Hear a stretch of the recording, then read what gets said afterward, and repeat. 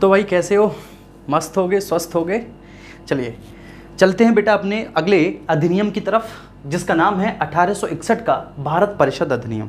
देखो 1861 के भारत परिषद अधिनियम को पढ़ने से पहले कुछ चीज़ें समझो बेसिक से, ठीक है बेटा। शासन जो होता है ना, शासन, ठीक है ना, शासन के 3 प्रमुख अंग माने जाते हैं, ठीक है।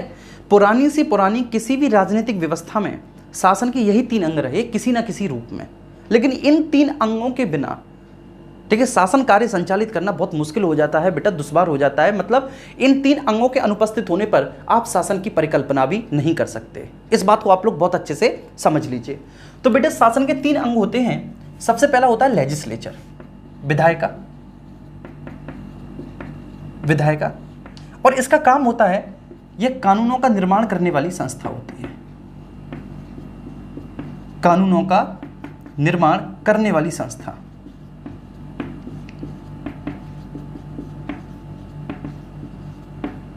ठीक है, विधायिका। दूसरी होती है कार्यपालिका, ठीक है ना। ये संस्था बेटा कानूनों के कानूनों को लागू करने वाली संस्था होती है, लागू करने वाली संस्था होती है। और तीसरी होती है न्यायपालिका, न्यायपालिका। ये क्या होती है बेटा? तो ये जो निर्मित कानून है, निर्मित कानूनों के आधार पर न्याय देने वाली संस्था होती है।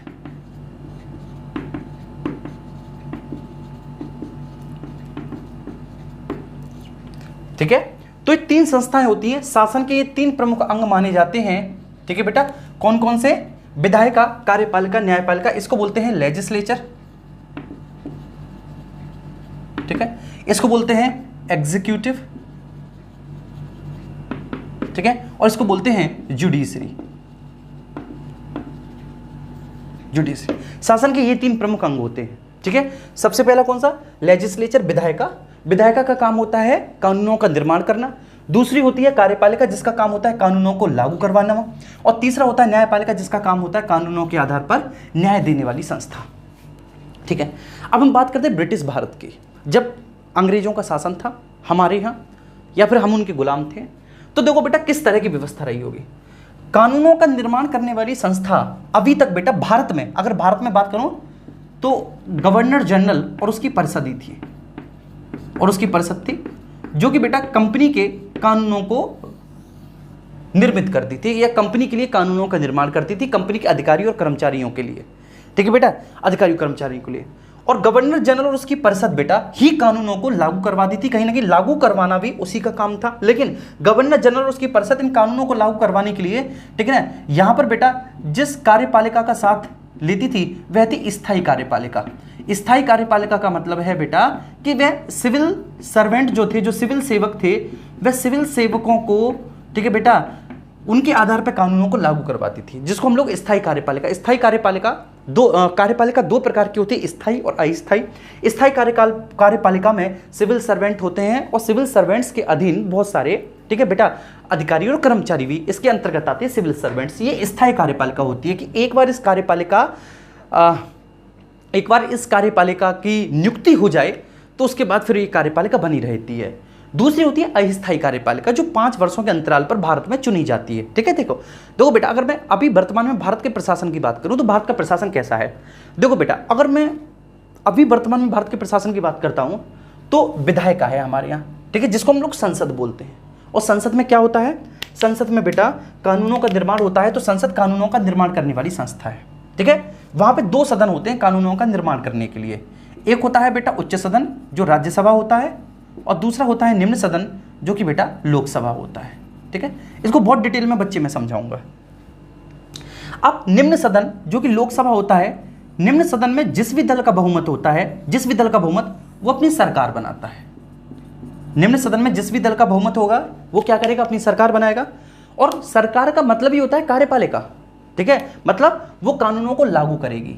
अब वहां पर बेटा जो सरकार है वो अस्थायी कार्यपालिका है, अस्थायी कार्यपालिका है, जो 5 वर्षों के बाद भैया, ठीक है, हटा दी जाएगी, या फिर 5 वर्षों के बाद वह दोबारा से निर्वाचित होकर आएगी, 5 वर्षों के बाद दोबारा से निर्वाचित होकर आएगी।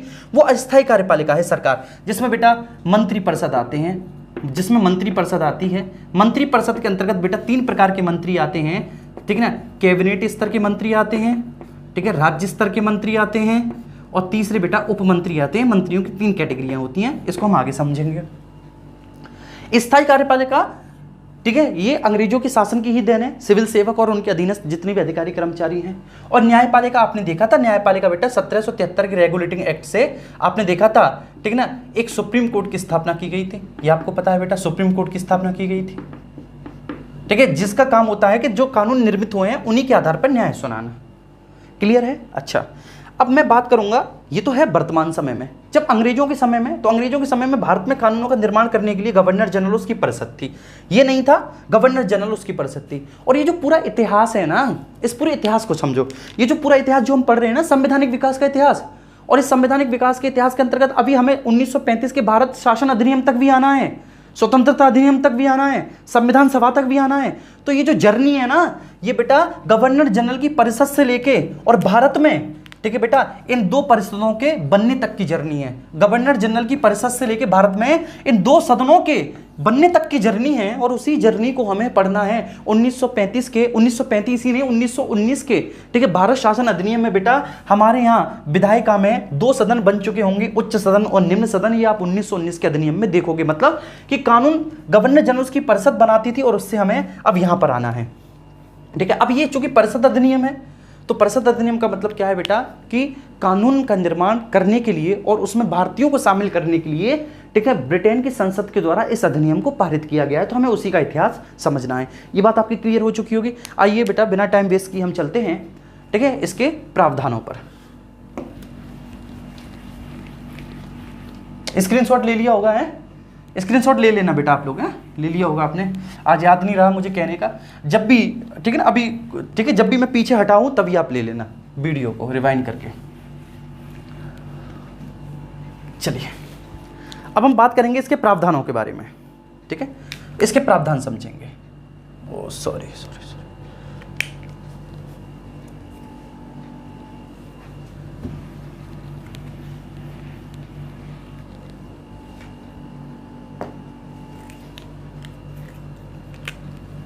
भारत परिषद अधिनियम।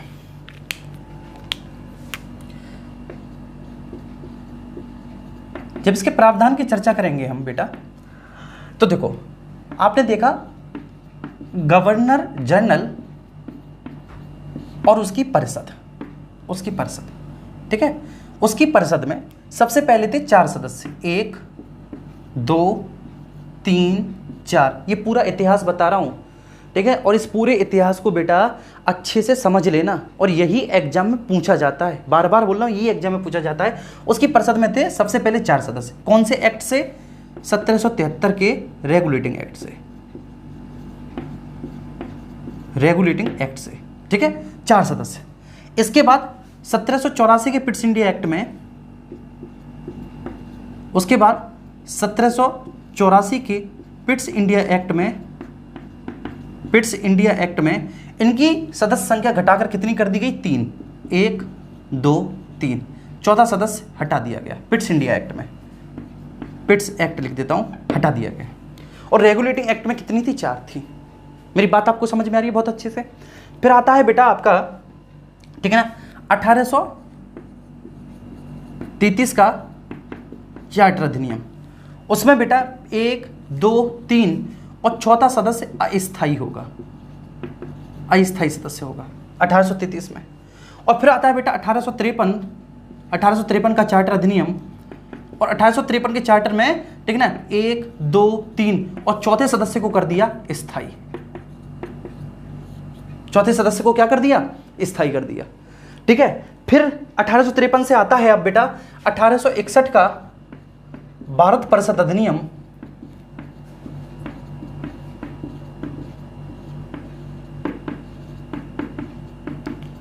भारत परिषद अधिनियम, ठीक है ना।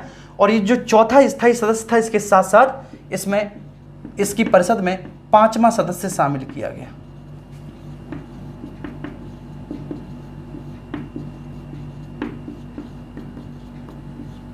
इसमें 5वां सदस्य शामिल किया गया। ठीक है, आप लोग इसके प्रावधानों को देखो अच्छे से, इसमें 5वां सदस्य शामिल कर लिया गया।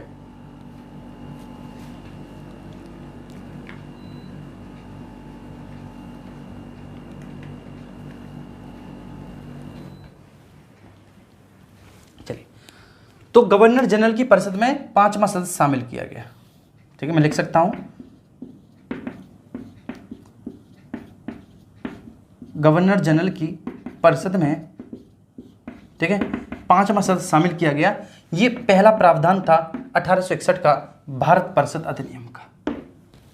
ठीक है, स्क्रीनशॉट ले लो आप लोग।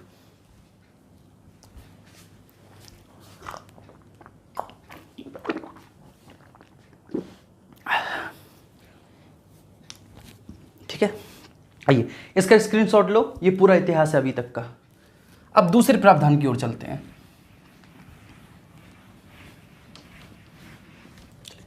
दूसरा प्रावधान क्या था उसको समझते हैं। पहला ये हो गया, ठीक है, दूसरा समझते हैं। दूसरा, इस समय जो वाइसराय या गवर्नर जनरल हैं वो हैं लॉर्ड कैनिंग। लॉर्ड कैनिंग ने पहली बार, लॉर्ड कैनिंग ने, ठीक है बेटा, ऐसा पहली बार हुआ अभी तक भारत के इतिहास में कि अधिकारों को, ठीक है, बांट दिया गया। अधिकारों को बांटने के लिए विभागीय प्रणाली शुरू की। विभागीय प्रणाली की शुरुआत की और यही बेटा विभागीय प्रणाली आगे चल के भारत में मंत्रिमंडलीय व्यवस्था की जनक कही जाती है। यही विभागीय प्रणाली जिसको लॉर्ड कैनिंग ने अधिकारों के स्पष्ट बंटवारे के लिए शुरू किया था, जिससे कि, ठीक है ना, व्यक्तियों के बीच में, कार्यपालिका के सदस्यों के बीच में अधिकारों का स्पष्ट बंटवारा हो सके। तो अधिकारों के स्पष्ट बंटवारे के लिए, अधिकारों के स्पष्ट बंटवारे के लिए, स्पष्ट बंटवारे के लिए बेटा जो विभागीय प्रणाली की शुरुआत की है, वही आगे चल के भारत में मंत्रिमंडलीय व्यवस्था की जनक कही जाती है। इस बात को ध्यान रखना। तो कैनिंग ने अधिकारों और उत्तरदायित्वों के बंटवारे के लिए, यहां पर उत्तरदायित्व लिख लेंगे, उत्तरदायित्व और अधिकारों के बंटवारे के लिए, जैसे वर्तमान में आप मंत्रिमंडलीय प्रणाली को देखते हैं ना, जहां पर किसी भी व्यक्ति के बीच में, ठीक है ना, कई सारे विभाग बांट दिए जाते हैं। जैसे आप शिक्षा मंत्री हैं तो आपका काम शिक्षा से संबंधित कार्यों को करना, आप रक्षा मंत्री हैं तो आपका काम रक्षा से संबंधित कार्य करना है। तो इस तरह से मंत्रिमंडलीय व्यवस्था, विभागीय प्रणाली की शुरुआत कैनिंग ने की थी, लॉर्ड कैनिंग ने। यह इस अधिनियम का दूसरा सबसे प्रमुख प्रावधान था। आप लोग इसका स्क्रीनशॉट ले लो। चलिए, अब चूंकि इस अधिनियम का नाम ही क्या है, परिषद अधिनियम, परिषद, तो इसका मतलब एक परिषद बनाई जाएगी जिसका काम होगा कानून का निर्माण करना।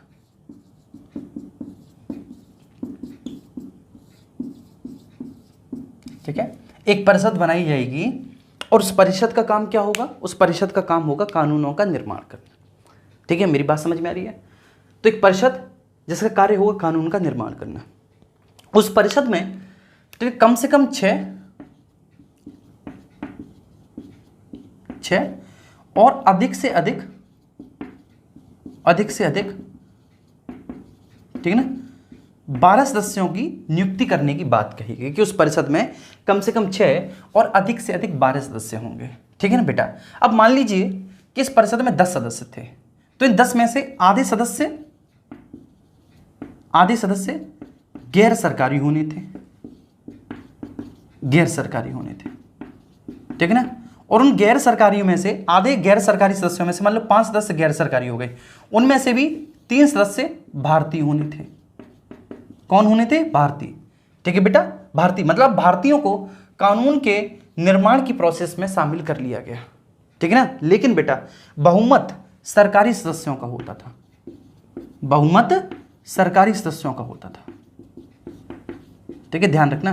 मतलब अधिकार देने की तो बात तो कही गई, लेकिन दिए नहीं गए, लॉलीपॉप पकड़ा दिया गया। 3 सदस्य भारतीय होने थे, और जो 3 सदस्य भारतीय, ठीक है, इस अधिनियम के तहत बेटा चुने गए, वह थे आपके बनारस के राजा, पटियाला के राजा, और तीसरे थे सर दिनकर राव। उतार लो आप इसके, स्क्रीनशॉट ले लो इसका।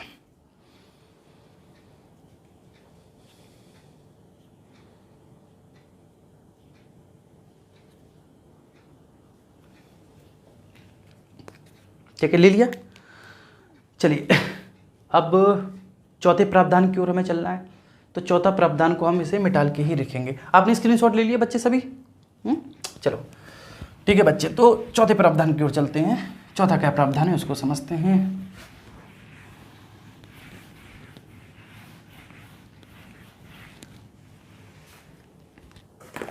चलो अब इस अधिनियम का जो चौथा प्रावधान था, ठीक है बेटा, उसके बारे में समझो। चौथा प्रावधान इस अधिनियम का सबसे जबरदस्त प्रावधानों में से एक है, ठीक है। वो क्या है कि कानून बनाने की जो शक्ति, कानून निर्मित करने की शक्ति,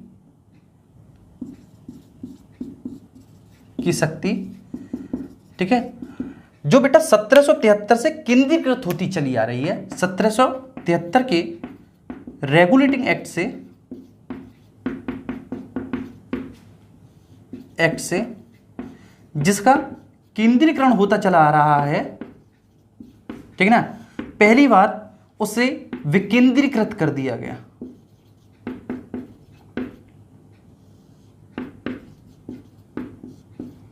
पहली बार क्या किया गया? उस कानून बनाने की शक्ति का विकेंद्रीकरण कर दिया गया, ठीक ना। उसे विकेंद्रीकृत मतलब कि अब मद्रास और बंबई के गवर्नरों को भी, मद्रास और बंबई के गवर्नरों को भी कानून बनाने का अधिकार दिया गया। कानून बनाने का अधिकार दिया गया, ठीक है। देखो बेटा, सबसे पहली बार यह अधिकार छीना गया था 1773 के रेगुलेटिंग एक्ट से, ठीक है। मद्रास और बंबई के गवर्नरों से कानून बनाने का अधिकार, मद्रास और बंबई के गवर्नरों से कानून बनाने का अधिकार सबसे पहली बार छीना गया था 1773 के रेगुलेटिंग एक्ट से। इस बात को समझो, सबसे पहली बार छीना गया था 1773 के रेगुलेटिंग एक्ट से। लेकिन इसमें कुछ कमियां थी, जैसे आपातकालीन परिस्थितियों में मद्रास और बंबई के गवर्नर कानून बना सकते हैं, तो 1784 में, ठीक है ना, अब ये स्पष्ट कर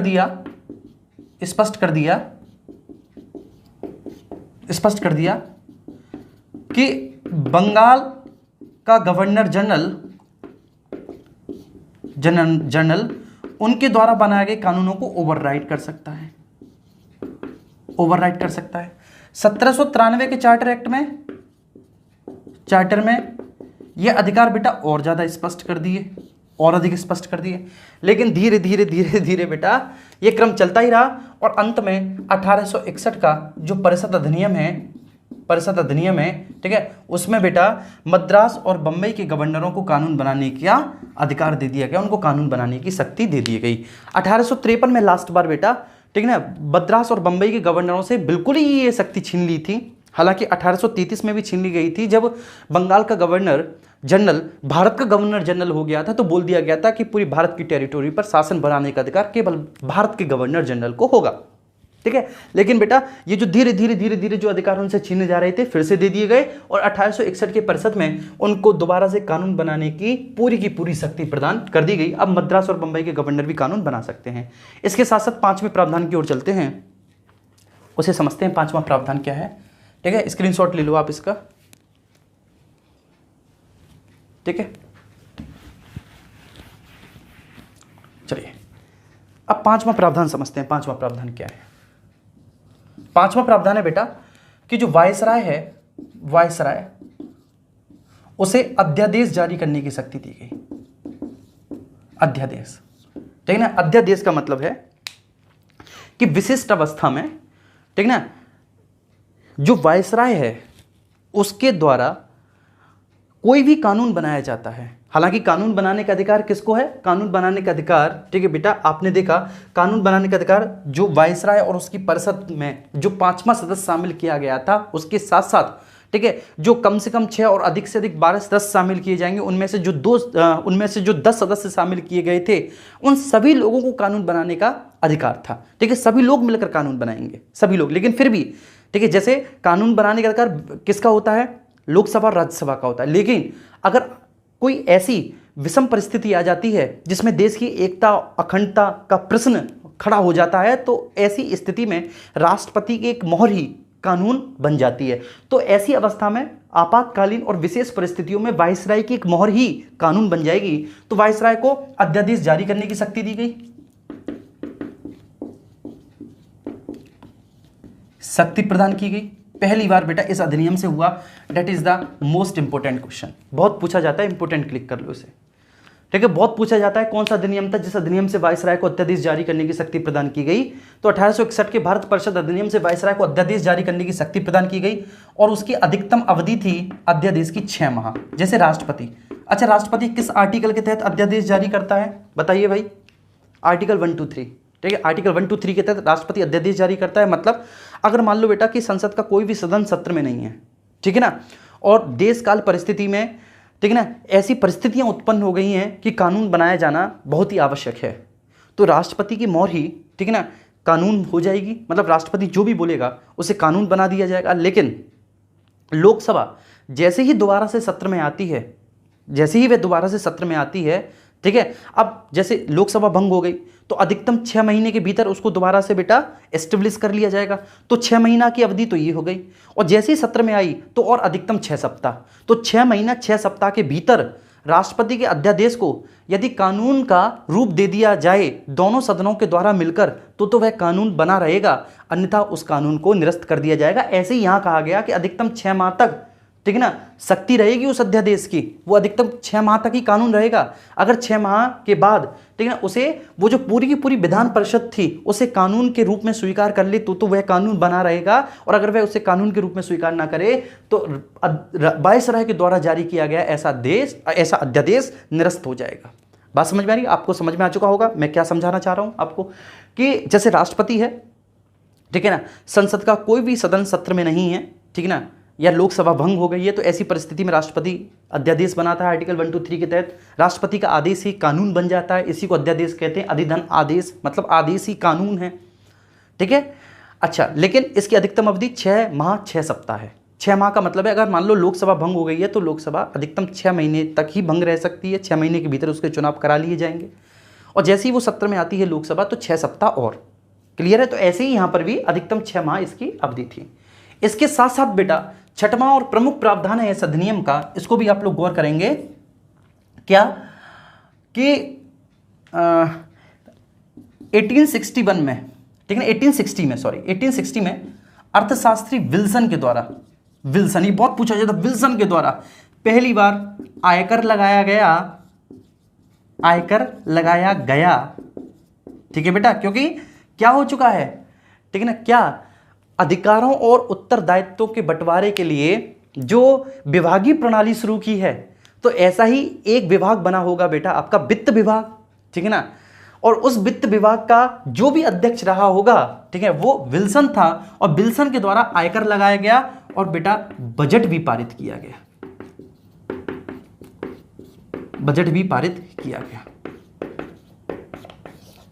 ध्यान रखना, बजट भी पारित किया गया। स्क्रीनशॉट लो आप लोग।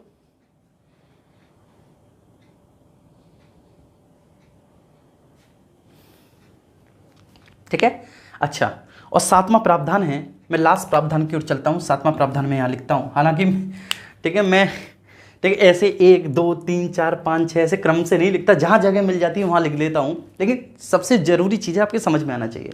तो 7वें प्रावधान की ओर चलते हैं। 7वां और लास्ट प्रावधान है कि प्रांतीय विधान परिषदों की स्थापना का अधिकार दे दिया गया, मतलब प्रांत भी अपने लिए विधान परिषदों की स्थापना कर सकते हैं। तो प्रांतों को भी बेटा विधान परिषदों की स्थापना का अधिकार, प्रांतों में विधान परिषदों की स्थापना का अधिकार दिया गया। ठीक है ना, और इसके तहत बेटा, ठीक है, बंगाल में प्रांतीय विधान परिषद की स्थापना हुई 1866 में। उसके बाद उत्तर पश्चिम सीमाई प्रांत में हुई, सीमा प्रांत में हुई। ठीक है, नॉर्थ वेस्ट फ्रंटियर प्रोविंस में 1868 में हुई। ठीक है, और उसके बाद फिर तुम्हारी पंजाब में हुई 1897 में प्रांतीय विधान परिषद की स्थापना। तो प्रांतों में भी विधान परिषदों की स्थापना का अधिकार दिया गया। ठीक है ना, बंगाल में, उत्तर पश्चिम सीमाई प्रांत में और पंजाब में, ठीक है, विधान परिषदों की स्थापना का अधिकार दिया गया 1861 के भारत परिषद अधिनियम के तहत। अब देखो आगे आने वाले बच्चे जितने भी, ठीक है ना, अधिनियम रहेंगे, ये जितने भी अधिनियम जो आगे आएंगे,